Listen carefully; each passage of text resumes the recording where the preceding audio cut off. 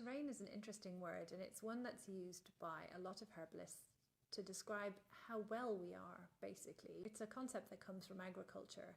So if you've got a healthy field, you will grow healthy plants. And if you've got a healthy body, even if you do become ill, you will tend to throw it off much quicker. So it's all about, if we nurture our bodies, if we look after our gut, our digestive system, our stress levels and all of those things, we will have less likelihood of becoming ill in the first place. And then if we do become ill, our systems should be strong enough that we can just throw it off much quicker.